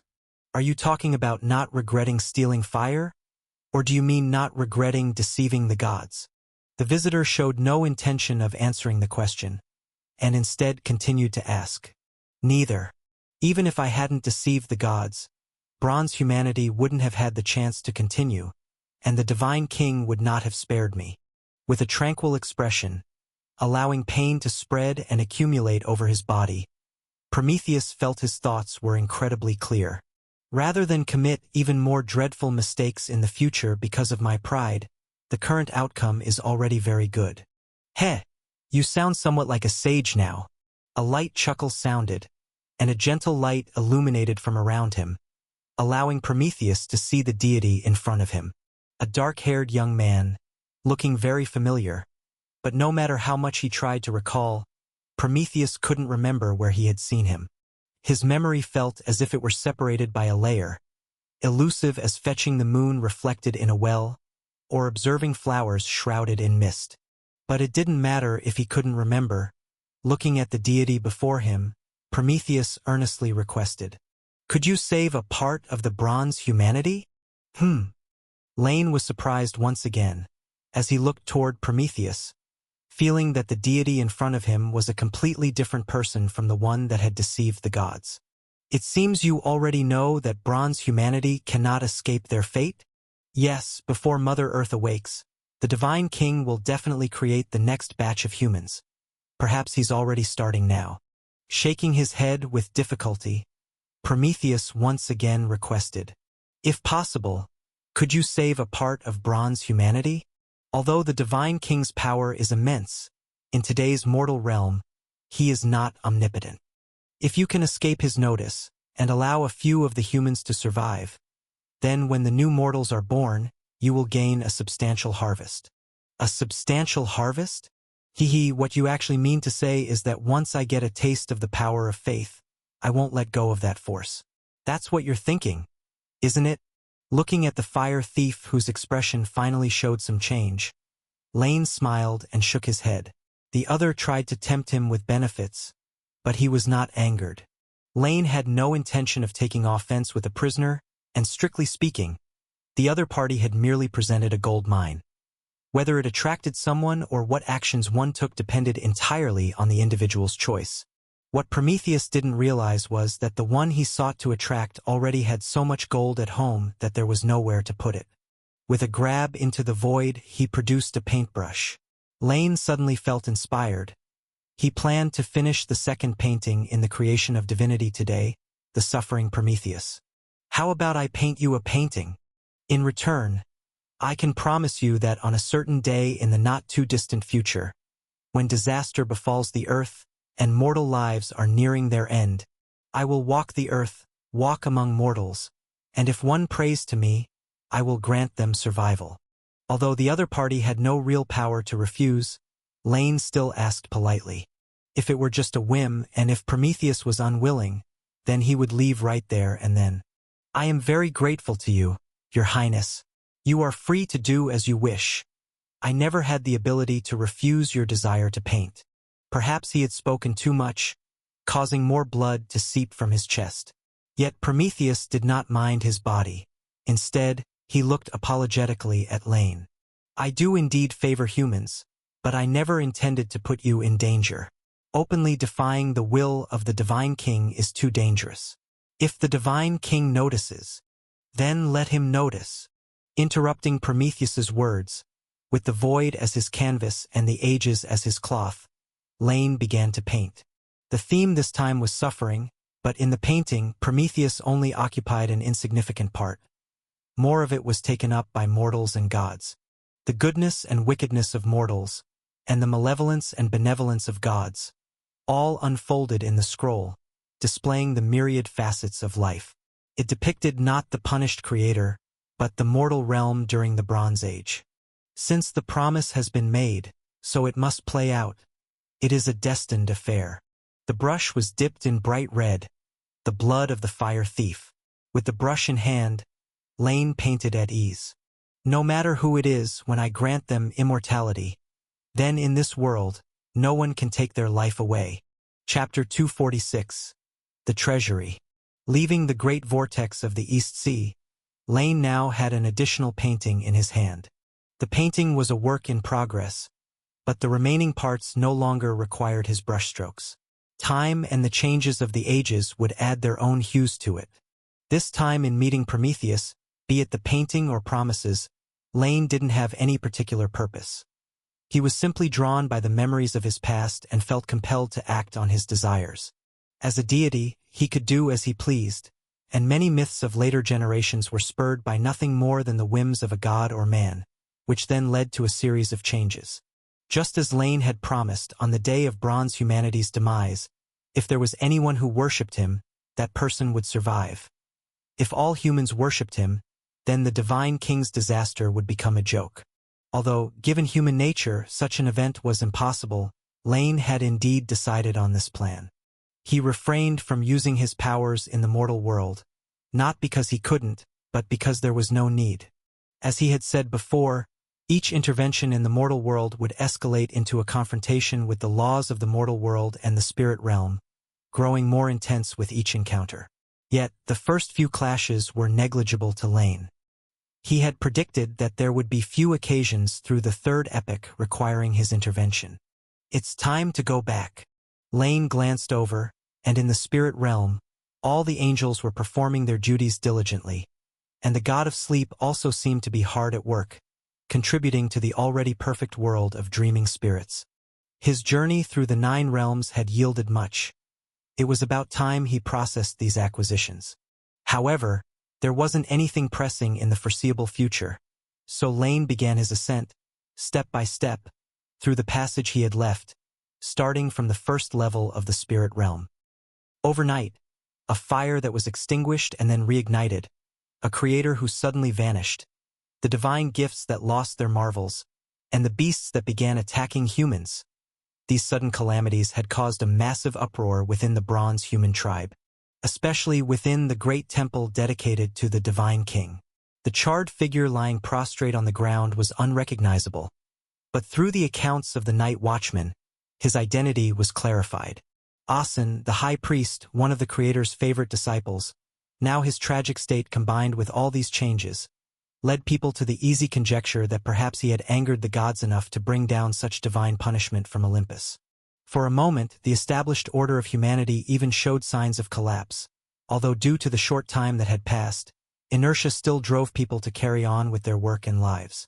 This was thanks, in part, to the arrival of the sacred fire, which prevented this primeval human city from falling apart instantly under the threat of the transcendent beasts and the gods' imminent punishments. High Priest, can we keep hiding this? In the former residence of the Creator, the priests of Aurora City had gathered, and facing the recent turmoil, they too were somewhat panicked. Others might not know, but the priests could probably guess the whole story. The reason for the deity's wrath wasn't just because of Asen. It was the collective sin they all had committed. But for some reason, the gods had not made their accusations explicit. They had taken the Creator but turned a blind eye to the priests. Of course we can. There's no need for you to panic. Unlike the rest of the flustered priests, Mammon was exceedingly confident. In fact, many who knew him thought that he looked even healthier and more vigorous than before. The Creator brought us fire, and because of this, the gods also gave up on further punishing humans. Naturally, this matter ended there. I'm not sure if what you're saying is true, nor if the gods have forgiven us.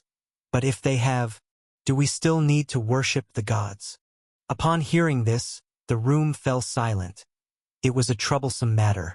After all, the blessings of the deities had been withdrawn. Even if the punishment was lifted because of the Creator, that didn't mean their worship would still receive responses. And without responses, humans, who were accustomed to the fruits of worship, would certainly not be pleased to hear that they could offer sacrifices to the gods but receive no benefits in return. But to straightforwardly cease worship, the priests found it difficult to decide. After all, they couldn't predict whether this would reignite divine wrath, and if sacrifices were no longer needed, the purpose of the priests would become redundant. Even for their own sakes, they weren't keen on just ending the sacrifices. About this matter, I have considered it. There's no rush. Mammon's movements were neither rushed nor lax, as if he had everything under control. We can't just tell people to offer sacrifices unconditionally, as it would easily provoke dissatisfaction. So we must change our approach. We need to tell people not only have the gods retracted their gifts, but their punishments are still looming. At this moment, although everyone knew Mammon was spouting nonsense, his demeanor suggested he was stating the truth. Storms, beasts, frost, these are all parts of the punishment. Only devout sacrifices to the gods can avert disaster. But we all know that this is actually not. Who says it's useless? Mammon's cold voice interrupted, his gaze sweeping over everyone present. If someone gets hurt or dies, it's because they weren't devout enough. It has nothing to do with us or the gods. And what's most important, the sacred fire brought by the Creator is still here. Chapter 247. The new sacred fire is different from the original. It's not a flame primarily for guardianship, so it only intimidates those creatures with great powers who are sensitive to their surroundings. But that's enough. We are not just priests who communicate with the deity. More than that, we are guards, commanded by the Creator before he left, to protect the sacred fire. Aside from us, no one knows that the sacred fire will never extinguish, nor can it be moved. Because of our existence, humans can live in peace. Isn't that enough? The assembly fell silent as the priests pondered in quiet reflection and then nodded in agreement. Watching this, Mammon smiled contentedly. What he had actually avoided mentioning was the most critical point. If a real god were to come forth, their lies would at any time be exposed, just as their small tricks during sacrificial rituals had been before. However, not long ago, after drinking that bottle of blood stored for many years, Mammon had seen that mysterious figure again. From him, Mammon learned many things, such as the Creator would not return, the gods would not let humans go either, and the conditions that the mysterious person promised him. If it had been decades earlier, he would have flatly refused. If it were before Asen's death and Prometheus's departure, he would have hesitated. But now, with no way out, Mammon readily agreed. Whether what the mysterious person said was true or not, there was one thing Mammon firmly believed. The Divine King would not let humans off easily. If he had killed all the priests before to vent his rage, it might have ended there. But since all these accomplices were alive and well, how could the Divine King possibly quell his fury? The only possibility was that he was waiting for a once-and-for-all opportunity. Seeing himself as an important figure among humans, Mammon understood this mindset very well. Without jeopardizing their core interests, making everything appear justified was what they liked to do best. So now, since the gods were unreliable, Mammon simply gave up on them. Following the mysterious person's instructions, he would ensure the tribes of humans continued to live in tranquility until the day the gods decided to cause their destruction. After all, if humans died too prematurely in large numbers, it would also affect that mysterious person's profits. Less profit for him meant naturally less dividends for these accomplices. Since there are no objections, then I shall proceed. Though his thoughts were tumultuous, Mammon did not show it, and he began organizing the specific work. Shortly, I will choose a few people to take the sacred fire to several small towns beyond Aurora. This must be done swiftly. I don't wish for you to arrive only to find ruins. Furthermore, we need to build a real wall made of stone. After all, while the sacred fire can deter those terrible exotic beasts, it does not affect the less sensitive common wild animals. We also need to forge weapons and establish a dedicated team to deal with those threats, whether they come from outside or elsewhere. Having arranged everything down to the last detail, it took about half a day's time. Mammon then stood up. He appeared more decisive and aggressive than in the past. Gentlemen, glancing around, especially at a few priests whose aura was somewhat similar to his own, then Mammon asserted decisively, like it or not, everything is already settled. The gods have abandoned us, and the Creator won't return. Now only humans are left. So from this moment on, the fate of bronze humanity is in our hands. With a gleam in his eyes, Mammon felt better than he ever had. From that day on, a tremendous change occurred within bronze humanity. The sacred fire was brought to various towns, and the exotic beasts that had drawn close to human settlements due to the dissipation of divine aura now receded. Bearers of the sacred fire proclaimed the changes in Aurora, and then those priests, with craftsmen who were closely associated and had passed on skills at their forefront, established a new ruling system. From then on, in the human society without the Creator, class distinctions were no longer only spiritual but also material. There were those who voiced their dissatisfaction, but soon enough, one of them died at the jaws of a wild animal during an outing. Without weapons forged by skilled craftsmen, humans could not overpower wild beasts with bare hands, and quickly peace was restored. But peace was only superficial, for as humans lost divine blessings, it might not seem apparent now with past accumulations, but soon, due to decreased grain production and the casualty of livestock during grazing, the overall harvest for humans would significantly decline, and an era where no one worried about living materials would become a thing of the past. By then, even food would become one of the many challenging issues to resolve.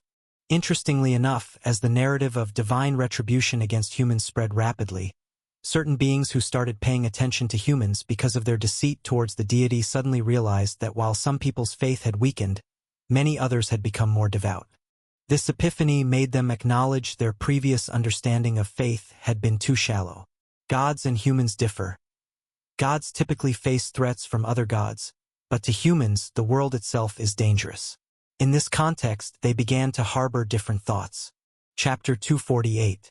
Perhaps humans don't need to have it too good. Just living like this current state is pretty decent.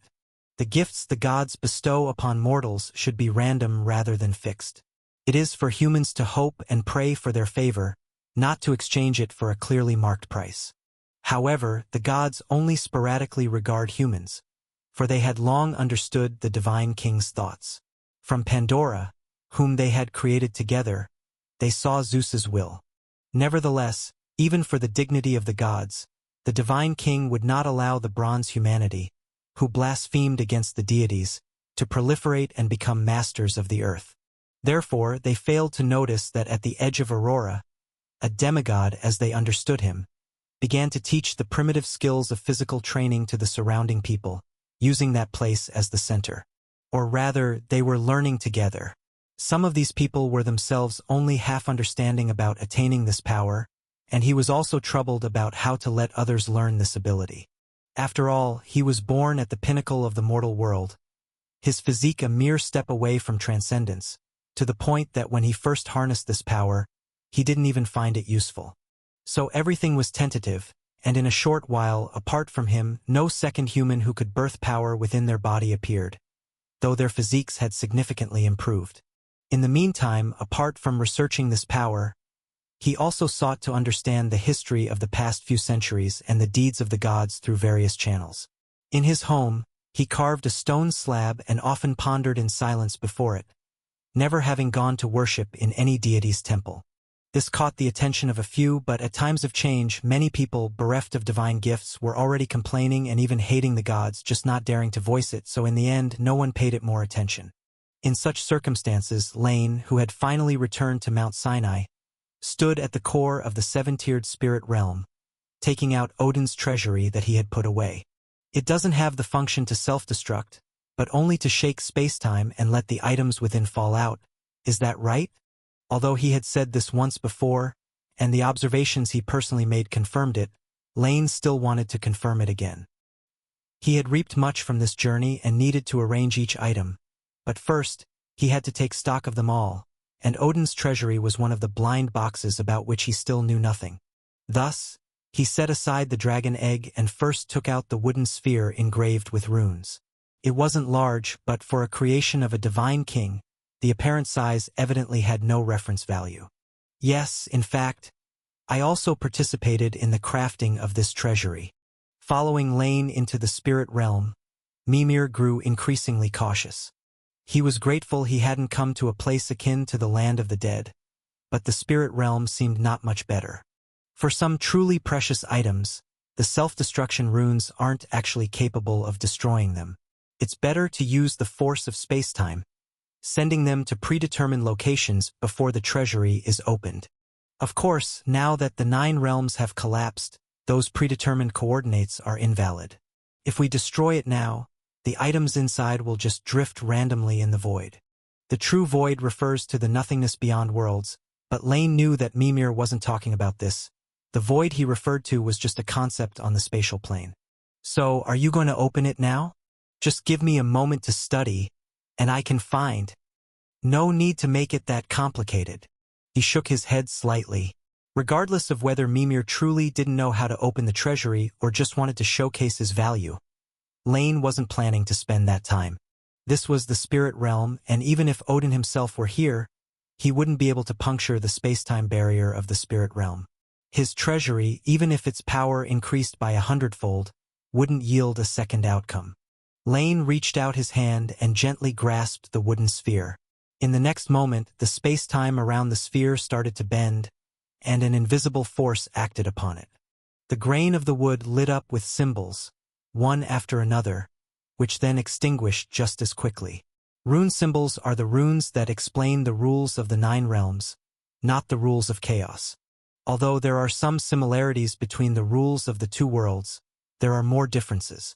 Therefore, what could have been called one of Asgard's top alchemy creations, the Divine King's treasury, almost instantly had its defenses broken, and the inscriptions of warning within were triggered.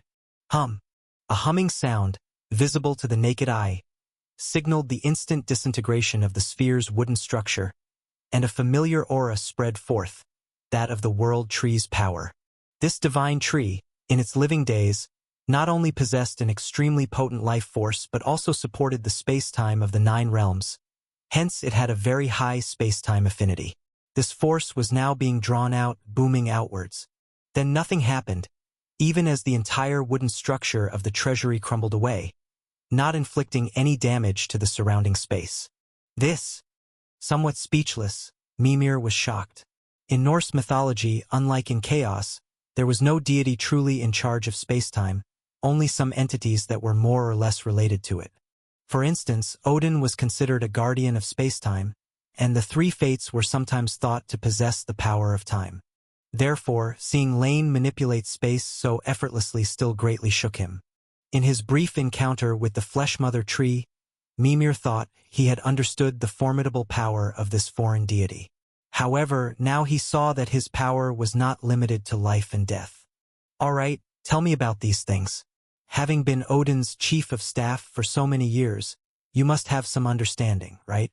As the treasury shattered, the space inside also expanded, returning to its normal size. Facing the items laid out before him, Lane did not reach out immediately but first turned to inquire of Mimir beside him. After all, it was better to let the local explain things from another world. Of course. The giant head pushed down its shock and turned to look at several items floating in the void. Soon, he seemed to discover something. "Lord Lane, do you see that book?" Following the sound, Lane noticed the seemingly ordinary book. Of course, what does it contain? He already had a guess. After all, the value of a book is to carry knowledge. And what kind of knowledge would Odin cherish, if not wisdom? Lane still waited for Mimir to confirm his thoughts. That is the origin text, the very first book made from the leaves and sap of the world tree Yggdrasil. In our world, there are many legends about it, but in truth, only I truly know what it is. Reflecting upon the past, as the guardian of the spring of wisdom, Mimir sometimes wondered what exactly he had received from the fountain.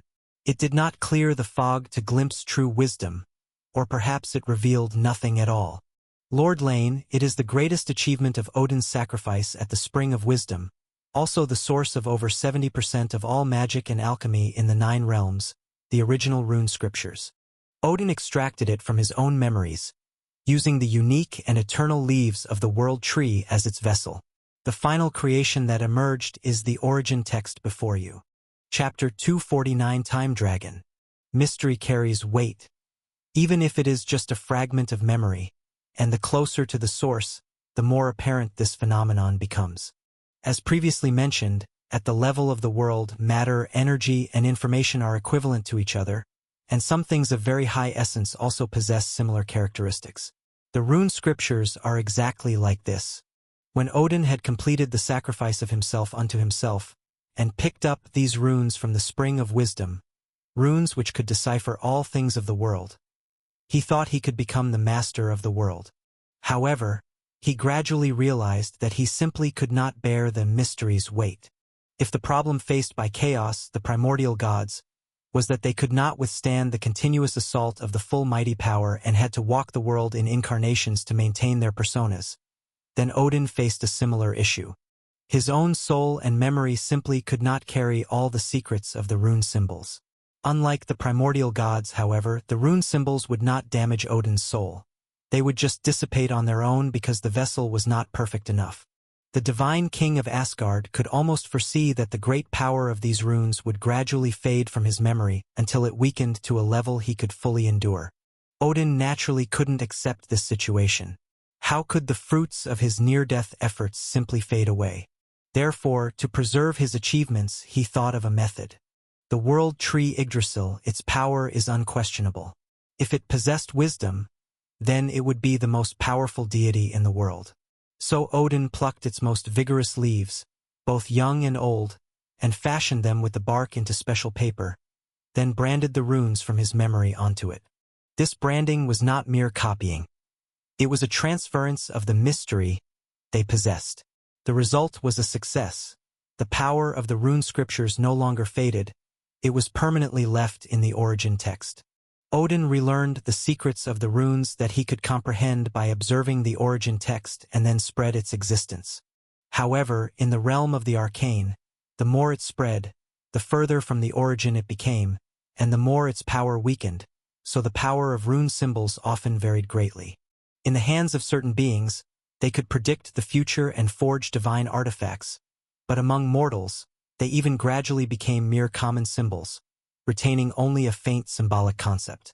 The runes are still those runes, but the mystery contained within is entirely different. So, the runes on the origin text could also be considered as the source of the 9 realm scripts. Feeling somewhat amused, Lane recalled a certain language and innate script deity of the past, who, of course, he should now refer to with her new name, the mother of demons Moya. It seems that, in the grand scheme of things, he really is fated with the matter of writing. Perhaps the scripts of the spirit realm are destined to evolve step by step in his hands, ultimately becoming the entity that interprets the mysteries of all rules in the world.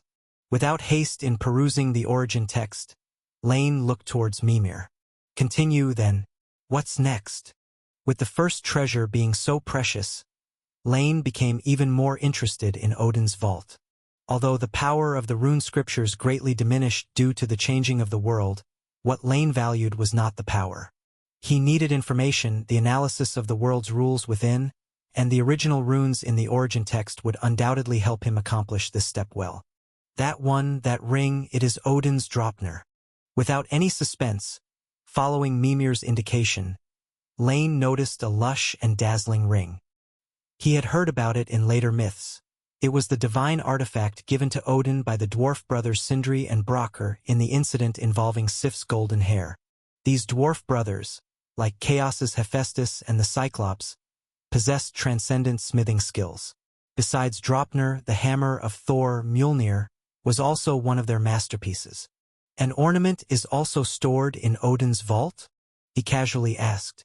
As for the fact in the myths that this ring was destroyed, Lane was not too surprised. That might have been a replica. In the eyes of mortals, Draupnir is just a treasured possession capable of replicating itself, described thus to reflect Odin's brilliance and greatness. In reality, it is a byproduct of the exploration into the highest realms of alchemy.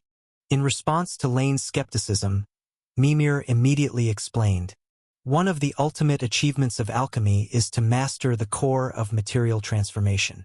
In the eyes of such beings, a handful of dirt and a chunk of magic metal are indistinguishable. Of course, Draupnir can't do this.